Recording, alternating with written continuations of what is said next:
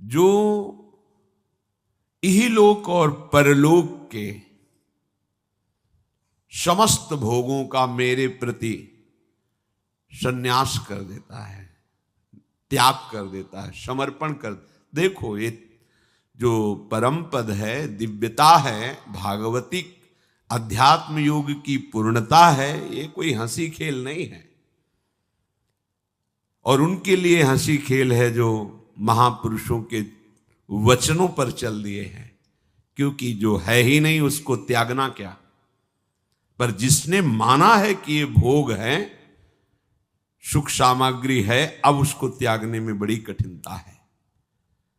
ना असतो विद्यते भाव, असत की सत्ता ही नहीं तो फिर त्याग क्या। वो शुद्ध विवेक जागृत होता है तो एक स्वांग मात्र वो करता रहता है, कहीं उसकी आसक्ति नहीं होती, कहीं अपनापन नहीं होता। वो भगवान का महान भक्त जो परम पद का अधिकारी हो चुका है, वो कैसा होता है?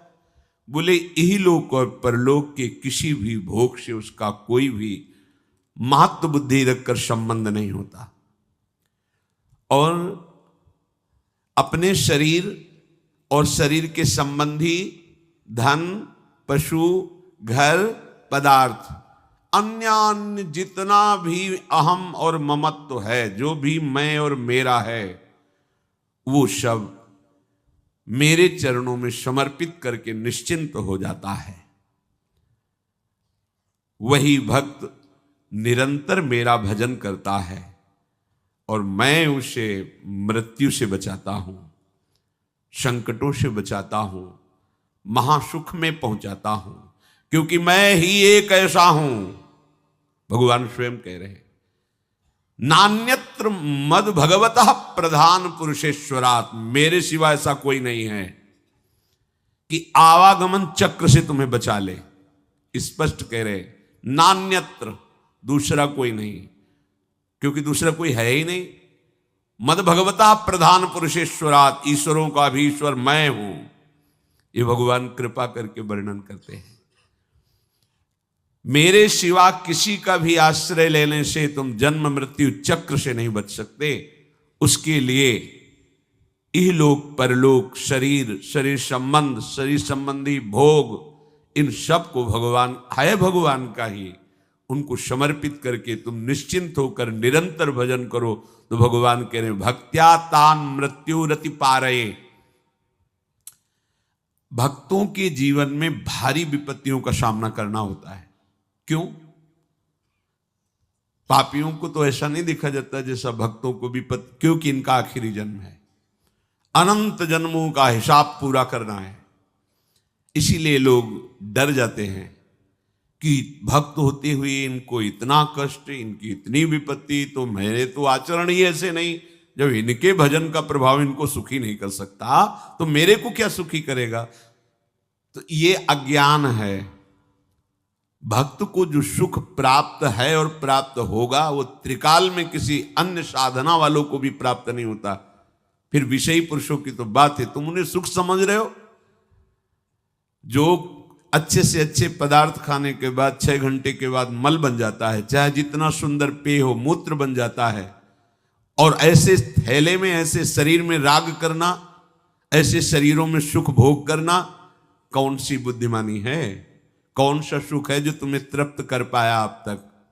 महाभाग्यशाली जन है जो विवेक का आश्रय लेकर इस व्यवहार प्रपंच को करते हुए निरंतर भजन परायण, जिसका जीवन भगवान में समर्पित है, ऐसा चमत्कार प्रकट होता है आंतरिक। ये बाह्य मायाकृत है, वो किसी साधना से नहीं, क्योंकि साधन पक्ष भी देखा, कृपा पक्ष भी देखा। जब किसी भक्त का किसी परिवार में अवतार होता है, अवतरण होता है, जन्म होता है, तो वहां विध्वंस लीला प्रारंभ हो जाती, विनाश लीला। इससे प्रायः संसारिक लोग समझने लगते हैं बड़ा मंगल हुआ। जैसे गोस्वामी जी का प्रादुर्भाव हुआ तो प्रादुर्भाव होते ही मां पधार गए। मतलब इतना प्रबल कृपा वपु भक्त है कि प्रकट होते हुए इस माता को परम पद में, एक दिन के लिए भी अब मृत्यु लोक में नहीं रहना, तुमने मुझे जन्म दिया सीधे परम पद में। संसार क्या देखता है? जन्मते ही मां को खा गया। संसार का स्वरूप अलग है। दासी ने, पिता तो नफरत ही करने लगे थे गोस्वामी जी के। जब दासी ने धाय माँ ने पाला, वो भी पधार गई। अब तो लोग तुलसीदास जी को देखना पसंद नहीं करते थे कि इतना भागी है कि जो इसे थोड़ा भी प्यार करे उसके यहां अमंगल हो जाता है। ज्यादा दिन सेवा नहीं करनी पड़ी, परम पद पहुंचा दिया धाय मां को ही। ऐसे ही जो इहलोक परलोक के सारे भोगों का प्रभु में समर्पण कर देते हैं तो उनके ऊपर ऐसी विशुद्ध कृपा होती कि बिना साधन के पूरे पूरे का पूरा परिवार परम पद का अधिकारी हो जाता है। एक महाभागवत अनन्य भक्त श्री चंद्रहास जी महाराज, उनके पावन चरित्र का अपने लोग श्रवण करते हैं। इससे भक्ति बहुत घनीभूत होती है। भगवान व्यास देव जी ने इस महान पावन चरित्र की रचना करके फलस्तुति में लिखा है, जो चंद्रहास जी के चरित्र का श्रवण और मनन करेगा उसके हृदय में हरि चरणों में अमोघ प्रीति हो जाएगी, अनन्य भक्ति हो जाएगी। चंद्रहास जी केरलाधिपति पूर्व माशीद राजा सुधार्मिक राज्यम चकार मेधावी विधिवत पालयन महीम तस्य पुत्रो भवन मूल नक्षत्रे बहुभाग्यवान। केरल देश में एक परम मेधावी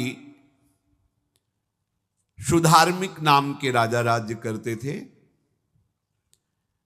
धर्म पूर्वक चलना, प्रजा का पालन करना और भगवान नाम जप करना, शास्त्र विधि से बिल्कुल कभी प्रतिकूल एक भी आचरण जीवन में नहीं किया। तो उनके यहां महाभागवत चंद्रहास जी का प्रादुर्भाव होता है। भगवान के भक्तों का जिस कुल में प्रादुर्भाव होता है वो कुल, वो ग्राम, वो नगर, वो देश परम पूजनीय हो जाता है। महाप्रभु चैतन्य देव जब ईश्वरपुरी जी के गांव से गुजरे, पता चला ये ईश्वरपुरी जी का गांव है, उनके शरणागत मंत्रदाता गुरु ईश्वरपुरी जी, तो उस गांव की परिक्रमा करके रज में लौट रहे थे और कहते जा रहे थे कि इस गांव का कुत्ता भी हमारे लिए भगवान के समान पूजनीय, क्योंकि मेरे गुरुदेव का प्रादुर्भाव इस नगर में हुआ और वहां के लोगों की चरण रज लेकर के माथे पे धारण करते। नाम प्रसंग कहे तु उपदेश, जहां या धर्म धन्य सो देश, धन्य सो कुल जेहि जन्म भयो, धन्य सो तात धन्य सो माए। माता पिता कुल परिवार 21 पीढ़ियां तर जाती हैं यदि भगवान का महाभागवत कोई भक्त पैदा हो जाए। ये महाभाग्यशाली मूल नक्षत्र में प्रकट हुए। लौकिक में अमंगल माना जाता है और भाव में देखो तो मूल कौन है? नक्षत्र भगवान। ऊर्ध्व मूल मधा शाखा मुसत्थम प्राहुरव्ययम। सबके मूल कौन है? श्री भगवान। किस नक्षत्र में पैदा हुए? मूल में, भगवत स्वरूप। और लोक में माना जाता है कि मूलन में पैदा हुआ है लड़का, अमंगल है, कुछ नष्ट ही होगा। संसार बड़ा विचित्र है। और प्रमाण भी दे देते हैं। प्रभु की लीला ऐसी कि उनके रहस्य को ना जानने के कारण प्रमाण भी ऐसे प्रकट हो जाते हैं कि हाँ मंगल देखो हुआ ना। इधर बधाई प्रारंभ है कि राजकुमार का प्रादुर्भाव हुआ है। जैसे गोस्वामी जी जन्मते ही श्री मुख से उच्चारण किया राम, अहो भाग। बालक रोते हैं, गोस्वामी जी रोए नहीं थे, प्रकट हुए तो बोले राम। चंद्रहास जी प्रकट हुए तो बोले कृष्ण। जैसे बालक रोता है ऐसे उनकी आवाज में निकला कृष्ण कृष्ण। बड़ा आनंद हुआ सुधार्मिक राजा को कि हमारे कोई महाभागवत पधारा है, क्योंकि ये भजन करके पूर्व जन्म में ऐसी भागवती की स्थिति प्राप्त की कि अबोध अवस्था में ही श्रीमुख से कृष्ण नाम निकल रहा है। आनंद उत्सव मनाया जा रहा है। राजा है, राजकुमार प्रकट हुआ। और दूसरी बात वो स्वयं भक्त हैं और भगवान का ऐसा भक्त जो जन्म लेते ही कृष्ण नाम उच्चारण किया। ये आनंद ज्यादा दिन टिका नहीं। रोज बधाइयां हो रही, आनंद उत्सव मनाए जा रहे। शत्रु पक्ष के राजाओं ने मिलकर कहा यही अवसर है, आक्रमण कर दिया जाए और केरलाधिपति का सब पूरा महल घेर करके कोई एक भी न बचने पावे। शत्रु पक्ष के राजाओं ने घेर लिया। हुतो एक नृपता के सुत चंद्रहास भयो, परियों विपत्ति धाई लाई और पुर है। राजा को दीवान ताके रही घर आन बाल, आपने समान संग खेले रस ढुर है। भयो ब्रह्म भोज कोई ऐसोई संयोग बन्यो, आए वे कुमार जहां विप्रन को सुर है। बोली उठे सबे तेरी सुता को जो पति है, हुओ चाहे जान सुन गयो लाज घुर है। आसपास से राजा और सैनिकों ने घेर लिया। अब वो असावधान थे, आनंद में पुत्र हुआ है, बधाइयां, कोई संभावना ही नहीं थी। गुप्त रूप से शत्रु पक्ष के राजाओं ने आक्रमण करके घेर लिया। अब राजाओं की कई सेनाएं और इनकी असावधानी पूर्वक आनंदमयी वृत्ति में कोई पहले से पता हो तो तैयारी करते, तत्काल आक्रमण को रोकने का प्रयास किया पर असफल रहे। इनके सैनिक भी मारे गए, राजा भी मारे गए, राजमहल को घेर लिया गया, कोई भी एक भी बच के न जाने पावे। तो राजमाता जिनसे चंद्रहास जी का प्रादुर्भाव हुआ था, उन्होंने धाय मां को कहा कि मेरे पुत्र को बचाने में तुम समर्थ हो, मेरे तो प्राण नहीं बचेंगे, अगर ये लोग नहीं मारते तो मैं अपने पति के शव के साथ सती हो जाऊंगी। पहले ऐसी धार्मिक निष्ठा माताओं बहनों में होती थी कि धाय मां ने विचार किया कैसे बचा सकती हूं, आसपास तो सब सैनिक घेरे हुए हैं। तत्काल उसने विचार किया कि अगर हम इनको राजकुमार की तरह ले जाती है तो हमें भी मारा जाएगा और इनको भी मारा जाएगा। देखो कितनी विपत्ति जन्म लेते हैं। कोई प्रश्न कर सकता है कि महाभागवत जिनके घर में प्रकट हो तो वहां धन वैभव सुख संपत्ति बढ़नी चाहिए, यहां तो जन्म से ही जैसे वहां माता पधार गई, ये क्या है? तो श्री भगवान स्वयं कह रहे हैं यस्य तुष्टो रहम पार्थ वित्तम तस्य हराम्यहम, करोमि बंधु विच्छेदम सच कष्टेन जीवती।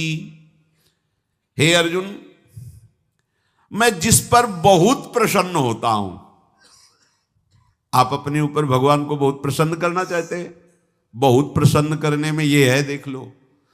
कह रहे हैं जिस पर मैं बहुत प्रसन्न होता हूं, सबसे पहले उसका ऐश्वर्य नष्ट करता हूं। फिर क्या करता हूं? फिर बंधु बांधवों का, फिर क्या करता हूं? असाध्य रोग उसके शरीर में। बोले महाराज ये तुम प्रसन्न हुए हो कि पूरे के पूरे नाराज हो गए हो? बोले यही मेरी प्रसन्नता है। क्या? माया का नाश। अब एकमात्र भरोसा केवल भगवान का, दूसरा कोई नहीं। ये सबको पसंद नहीं आएगा। सब तो उस भगवान की भक्ति चाहते हैं कि अगरबत्ती धूप बत्ती तन मन धन सब तेरा स्वामी, क्या लागे मेरा, पर अंदर से कह रहे सब तन मन धन सब मेरा, क्या लागे तेरा। ऐसे तो चलेगी भक्ति। लेकिन कई बार सत्संग में पीछे धाम में कहा था कि भगवान को रिझाकर लोक मांगोगे तो चैन से रह लोगे, और अगर उनसे प्यार करने की बात मन में ठानी कि बस मुझे केवल आपकी आंखों में आंखों को मिला करके जीवन व्यतीत करना है, मुझे और कुछ नहीं चाहिए, तो फिर लाडले आपको दुसरिहा का कोई आश्रय रहने नहीं देंगे। ध्यान रखना, जितने दुसरिहा होंगे तो ये बर्दाश्त हो तो कदम आगे बढ़ावे।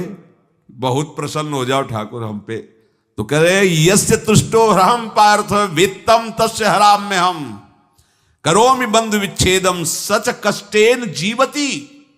जितनी श्वासें रहेंगी भयंकर कष्ट मैं उसको व्यतीत करने के लिए दूंगा।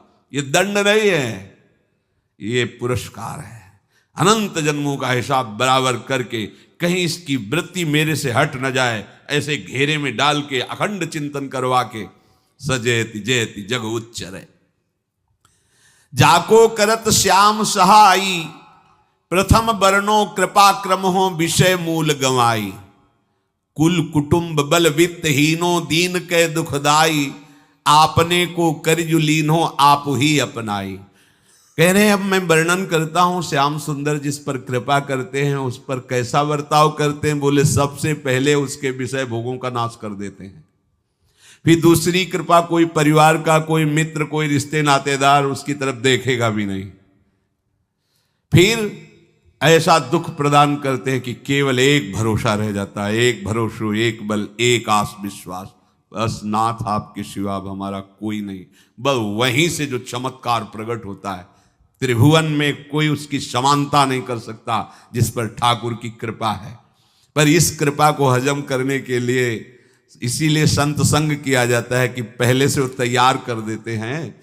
जैसे आर्मी की ट्रेनिंग होती है ना, ट्रेनिंग के बाद भी बॉर्डर में लगाया जाता है, ऐसे ही संतजन ये ट्रेनिंग देते हैं। अब जो टिके तो टिके, नहीं तो घर बैठे जाके। और अगर टिक गया तो गुरु मेहरबान, तो चेला पहलवान, भगवान भी परास्त नहीं कर सकते। उसमें ऐसी सामर्थ्य आ जाती है कि हर प्रभु के द्वारा दिए गए विधान को हंस करके स्वीकार कर लेता है। और ऐसा नहीं कि उसको कष्ट होता है, ये लोक भाषा में भगवान कह रहे हैं सच कष्टेन जीविता, नहीं तो जिस चिदानंद में वो सुख भोगता है वो ब्रह्मा को भी नहीं प्राप्त है जो भक्त को प्राप्त होता है। भक्त का वैभव दिव्य होता है, चिदानंदमय होता है। ये तो पापियों के पास भी वैभव है, रुपया पैसा कुटुंब परिवार। भगवान के दास के पास जो वैभव होता है वो अचिंत्य है, तुम चिंतन भी नहीं कर सकते, ऐसा वैभव होता है। धाय माने सेविका का रूप तत्काल लिया, जिससे पोछा झाड़ू लगाने वाले, और कुछ दोने पत्तल डाले, उनके नीचे चंद्रहास जी को डाला, ऊपर से करके इसे माथे पे रख के निकली। सैनिकों ने पूछा इसमें क्या है, तुम उनका राजघराने के दोने पत्ते जूठे दिखा। ऐसे नीचे किया तो देखा सब ऊपर जूठन पड़ा। हाँ चल निकल, जल्दी भाग यहां से निकल। बस वो भागी, बचा ले गई। ऐसा ही चित्तौड़ के महाराणा संग्राम सिंह जब वीरगति को प्राप्त हुए तो विक्रम सिंह को गद्दी पर बैठाला गया, पर वो अयोग्य साबित हुए। तो राजपूत सरदारों ने, अभी 6 वर्ष के ही उदय सिंह थे, उनको राज सिंहासन पर बैठाल करके अपने हाथ में शासन लिया। सिंहासन के अधिकारी उदय सिंह 6 वर्ष के थे। सुरक्षा में दासी पुत्र बनवीर को सौंपा। बनवीर का दिमाग बदल गया कि 6 वर्ष का इसको काट देते हैं, हम राजा बन जाते हैं। वो पिशाच की तरह महल में घुसा और जितना भी राणा परिवार था सबको उसने काट दिया। और उदय सिंह को काटने के लिए जब आगे बढ़ा तब धायमा ने विचार किया कि मेरा कर्तव्य क्या है। तो उसका पुत्र ठीक 6 वर्ष का उदय सिंह जैसा ही था। तत्काल उदय सिंह को दूसरी जगह लिटाकर अपने पुत्र को लिटाया और एक झाड़ू पोछा करने वाली को उदय सिंह को दिया कि तुम गंगा के किनारे मिलना, नदी के किनारे, मैं वहां जाऊंगी। तो बनवीर आया और कहा उदय सिंह कहाँ है, तो अपने पुत्र की तरफ अंगुली कर। कैसा धर्म रक्षा में ये बलवान सेवक जन होते थे। धाय मां है, अपने पुत्र को अपने आंखों से, अपने इशारे से कटवा रही, लेकिन राजपुत्र की रक्षा की। तुरंत बनवीर ने देखा नहीं और काट दिया। और उदय सिंह को, तो जब उदय सिंह तैयार हुए थे तो राजमाता की तरह सम्मान करते थे। धाय मां का सिंहासन से उतरकर पैरों में सर रखते थे कि तेरी कृपा से बचे। ऐसे ही चंद्रहास जी को उस दासी ने, जो धाय मां ने बचा लिया, वो कुंतलपुर पहुंची और वहां के जो मंत्री दृष्ट बुद्धि थे उनसे प्रार्थना की कि मैं सेवा कला में बड़ी प्रवीण हूं और ये मेरा पुत्र है, अगर आपकी कृपा हो जाए तो कुछ समय के लिए हम आपकी सेवा में, महल सेवा में रहेंगी और हमारे पुत्र का पालन पोषण हो जाएगा। उनकी परीक्षा ली गई तो राजघराने की सेविका थी, परम प्रवीण थी, पर उन्होंने ये परिचय नहीं बताया। विधि विधान से राज्य की सेवा में प्रवीण दासी पाकर उसको अच्छा लगा, ठीक है आप रह सकती है।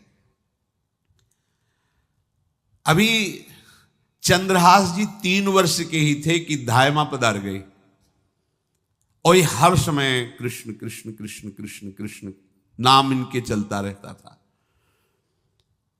शोभर्कस्त्रयाब्दिको गौरो लक्षणैरभिलक्षितः ततः सपंचत्व मगमत्र धात्री बालम विनाशति। अब जो उनका दुलार करने वाली थी धायमा वो भी पधार गई तो कौन उनकी तरफ देखे। पर बहुत ही गौर वर्ण, बड़े ही सुंदर। अब वो गलियों में भटकने, निकाल दिया महल से जब धायमा मर गई, क्योंकि धायमा की सेवा कारण उनको रखा गया था। 3 वर्ष के बालक गलियों में, तो कोई भी माँ देखती उनको तो कोई उनको वस्त्र पहना देती, कोई भोजन करा देती। ऐसे ही भगवान के भक्तों की बड़ी विचित्र लीला होती है। गोस्वामी जी को कोई दरवाजे पे खड़ा नहीं होने देता था, तुलसीदास जी को। अगर वो किसी भूख से प्रेरित होकर बाल रूप ही थे किसी के दरवाजे, अरे बड़ा भागा इसको हटा दो, जन्मते माँ मर गई, धाय माँ भी मर गई, कोई भी अगर इसे एक रोटी देगा तो विपत्ति आ जाएगी। तो साक्षात भवानी अन्नपूर्णा अम्बा एकांत में गोस्वामी जी को भोजन पवाती थी आकर के, दुलार करके। ऐसे ही यहां चंद्रहास जी को जो भी माता बहन देखती कुंतलपुर के गलियों में, तो कोई वस्त्र, कोई स्नान करवा देती, कोई काजल लगाती, कोई भोजन पवा देती। परमहंसों जैसा जीवन कट रहा है। कृष्ण कृष्ण कृष्ण कृष्ण। 14 भुवनों में जिनकी अव्याहत गति है, जो सबको देखते रहते हैं, श्री देवर्षि नारद जी। ये कृष्ण कृष्ण बोलता है बालक, और इसका हरि के सिवा कोई नहीं। तो एक दिन एकांत में बैठे हुए थे बालक चंद्रहास जी, नारद जी पधारे हैं, भाई जी से मिले हैं। स्वप्न में कितने महापुरुष मिलते हैं जो भजन ठीक से करते हैं, ये बड़े बड़े महापुरुष आकर के उपदेश करते हैं। ये त्रिकाल सत्य हैं, कोई ऐसा नहीं है कि ये कहानी हैं, अभी हैं। जहां आप भगवत चिंतन करेंगे तो आपको परिचय बड़े बड़े महापुरुषों का मिलने लगेगा। नारद जी आए तो देखा आंख बंद किए हुए चंद्रहास जी कृष्ण कृष्ण कृष्ण कृष्ण कृष्ण ऐसा उच्चारण कर रहे। त्रिकालज्ञ सर्वज्ञ नारद जी ने देखा कि ओहो, इतना छोटा बालक और कृष्ण कृष्ण बोल रहा है। नारद जी ने स्पर्श किया दुलार करते हुए, सुनो आंख खोलो। आंख खोल के देखा श्री देवर्षि नारद जी। नारद जी ने कहा देखो हम तुमको एक अमोघ वस्तु देते हैं, और एक छोटी सी शालिग्राम की इतनी बड़ी श्रीविग्रह शालिग्राम का जो वो दिया। बोले धो के पी लेना और दिखा के पा लेना, यही तुम्हारी सेवा पद्धति है। अर्थात स्नान करा दिया और जो तुम्हें मिले इनको अर्पित। तो उन्होंने विचार किया कि धोने के लिए, स्नान कराने के लिए पात्र चाहिए, भोग लगाने के लिए पात्र चाहिए। तो जैसे कोई पान की बीड़ी नहीं, तो ऐसे कपोल में शालिग्राम को रखे रहते, कोई पात्र ही नहीं, कोई सिंहासन ही नहीं, यही धुल गए। चरणामृत अंदर जा रहा, जब पाएंगे तो यही पा लेंगे, साइड में ऐसे करके फिर निकाल के धो। यहां कपोल में रखते छोटे से शालिग्राम चंद्रहास जी, और उपदेश किया भगवान के मंत्र का। जब कोई भगवत प्राप्ति के लिए चलता है तो भगवान ही गुरु रूप से प्राप्त होते हैं, वहां तक तुम्हें पहुंचा देते हैं या उन महापुरुष को आपसे मिला देते हैं। जब कोई भगवत प्राप्ति के लिए जहां चलता है तो ये भगवान अपनी तरफ से कृपा करते हैं। ये दृष्ट बुद्धि के जो महल में धायमा ने इनका आश्रय स्वीकार करवाया था, उसके एक पुत्र थे मदन जी, वो बड़े भागवत थे। और एक पुत्री थी जिसका नाम था विषया, वो बड़ी सुंदर थी, अभी छोटी अवस्था की ही थी। मदन जी का स्वभाव था भक्तों को भोजन पवाना। जो भगवत भाव के जन होते हैं उनके हृदय में ऐसा उत्साह होता रहता है कि जो वैष्णव हैं, संत जन हैं, इनको भोजन पवाने का मतलब श्री भगवान को भोजन पवाना। भक्तमाल में भी वर्णन है कि जैसे गर्भवती मां को आप कुछ भी पवाओ तो बालक की पुष्टता अपने आप होती है, ऐसे संतों के हृदय में भगवान विराजमान प्रगट रूप से हैं। जब हम संतों को भगवत भाव से भोग पवाते हैं तो साक्षात भगवान ही पाते हैं। वो मदन थे भगवत भाव के, तो उन्होंने बुलाया बड़े बड़े भक्तों को और ब्राह्मणों को। जब ब्राह्मण और भक्त पा रहे थे तो खेलते खेलते चंद्रहास जी भी वहीं चले गए और उन्होंने भी वहां प्रसाद पाया। अब बड़े बड़े ब्राह्मणों में एक ज्योतिषाचार्य थे। दृष्टबुद्धि जी ने हाथ जोड़कर प्रणाम किया और अपने परिवार को प्रणाम करवाया और कहा, यह हमारी पुत्री है। दृष्टबुद्धि जी ने कहा, आप इसका हाथ देकर बताइए, इसको वर कैसा मिलेगा, कैसा ऐश्वर्य होगा। दृष्टबुद्धि मतलब दुष्ट बुद्धि, ऐसा ही था वो। पर बड़ा विचित्र खेल है, इसकी बुद्धि एकदम विपरीत और पुत्र महाभागवत। भगवान का खेल है, वो भक्ति विरुद्ध और पुत्र भागवत। उन्होंने कहा वर, ऐसे दृष्टि डाली चंद्रहास जी वहीं पार, वो है इसका वर। वो इसे धाय का एक दासी का लड़का हमारी पुत्री का वर बने। बोले शायद आपने ध्यानपूर्वक रेखा नहीं देखी, वो हम देख लिए हैं, यही है तुम्हारी पुत्री का वर। तो पर्यो सोच भारी कहा करो यो विचारी, अहो सुता जो हमारी ताको पति ऐसो चाहिए। डारो या ही मार या को यह है विचारी, तब बोली नीच जन कहो मारो ही दाहिए। लेके गए दूर देखी बाल छवि पूर, हम योनि पर धूर दुख ऐसो अवगाहिए। बोले अकुलाए तो ही मारेंगे सहाय कौन, मांगो एक बात जब कहो तब बाहिए। दृष्ट बुद्धि ने विचार किया कि एक भिखमंगा हमारी राजकुमारी पुत्री का दूल्हा बनेगा। पंडित जी को तो दक्षिणा दी, विदा किया और सैनिकों से कहा घर से निकलने न पावे बालक, क्योंकि ज्योतिष पक्की, ज्योतिष शास्त्र सत्य है पर उसका सम्यक ज्ञान होना चाहिए। भला मुझ सम्राट के मंत्री की पुत्री, वो महामंत्री हैं दृष्टबुद्धि, और ये एक भिखमंगा कैसे हो सकता है। बड़ा हृदय में जलन हुआ, ये तो बड़ी अपकीर्ति और दुर्भाग्य का विषय होगा, इसी को मरवा डालते हैं, काम खत्म हो जाएगा।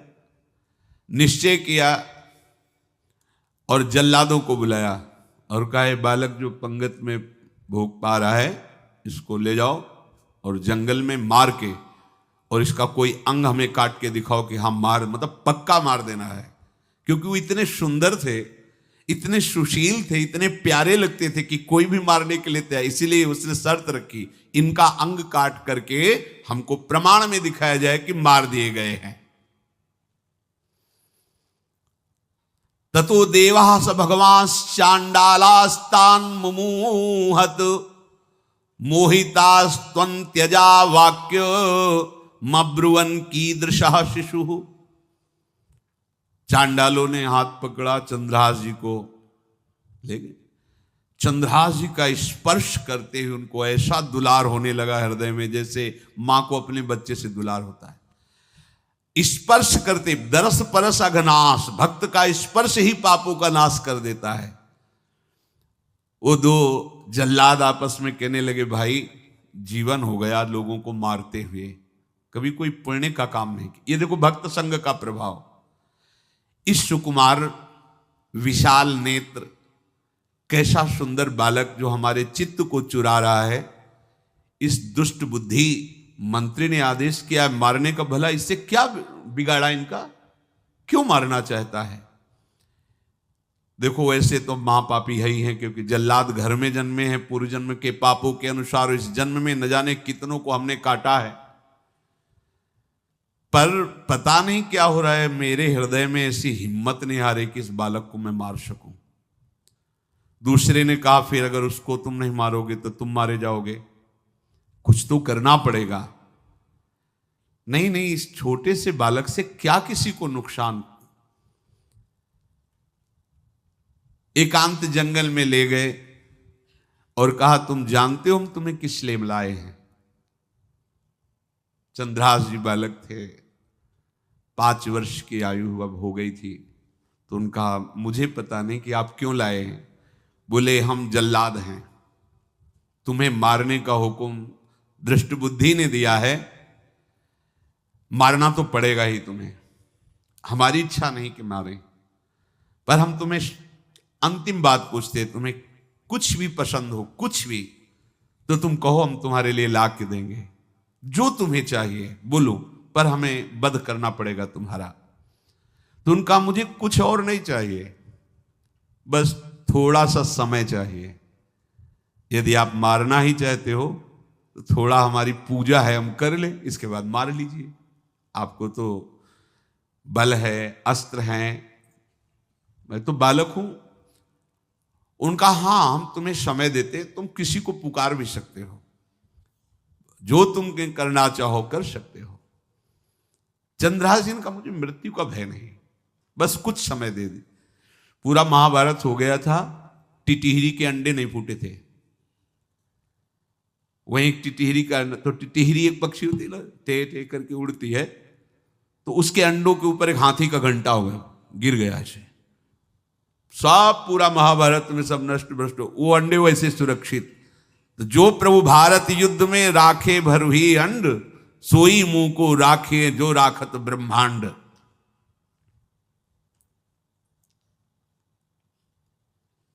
मैं तो अनाथ हूं, श्री कृष्ण के सिवा कोई मेरा है नहीं, मैं किसको पुकारूं? मेरा आश्रय तो एकमात्र वही प्रभु हैं। और निकाला शालिग्राम, यही सिंहासन है शालिग्राम का। भगवान के भक्तों की अपार महिमा है। मान लीनो बोलवे कपोल मध्य गोल, एक गंडकी कुशुत काढ़ सेवा नी कीनी है। क्या सेवा? वहां कोई पंचपात्र गंगा जल ये सब थोड़ी है, लेकर बस आंसुओं से अभिषिक्त कर रहे हैं। प्रभु मुझे तो कोई ज्ञान नहीं कि आपकी सेवा कैसे की जाती, मैं तो अपने मुख में ही आपको रखता हूं। अब मेरे जीवन का अंत होने जा रहा है, बस मैं यही प्रार्थना करता हूं कि मैं आपके ही समीप पहुंचूं, आपका ही स्मरण करूं, आपसे कभी विलग न हो, एक भी वृत्ति आपसे कभी विलग न जाए। भयो तदाकार यो निहार सुख भार भरी, नैनन की कोर ही सो आज्ञा बध दीनी है। श्याम सुंदर मुरली मनोहर ललित त्रिभंगी ध्यान करते हुए आंख खोली और इशारा किया, काट दो मुझे। जल्लादों ने जब देखा आंसू चल रहे ऐसा, वो बैठ गए अस्त्र रख के, कहने लगे भाई तुम मुझे मार दो, भले वो दृष्ट बुद्धि मुझे, मैं इस बालक को नहीं मार पाऊंगा, मेरी हिम्मत नहीं। अब कुछ भी हो, मेरा वध हो जाए, पर मैं इस बालक को, गिरे मुरझाई दया आई कछु भाए भरे, ढरे प्रभु और मति आनंद शोभिनी है। हुती छठी आंगुरी सो काट लई दूषण हो, भूषण ही भयो जाई कहीं सांच चीनी है। जब नेत्र का इशारा हुआ कि वध कर दो, तो जो बधिक मारने के लिए आए हत्यारे थे वो आनंद से एकदम प्रफुल्लित हुए और कहा मैं नहीं मार पाऊंगा तुम्हें। तो एक ने कहा देखो एक उपाय मुझे दिखाई दे रहा है, इस बालक में विशेषता तो है ही, पर इसके पैरों में देखो, बाएं पैर में एक छठी अंगुली भी है, किसी किसी को होती है। गांव में तो कहते हैं छंगू या छंगा, जिसे होता है ना गांव में, और ये छंगा, मतलब 6 अंगुली के।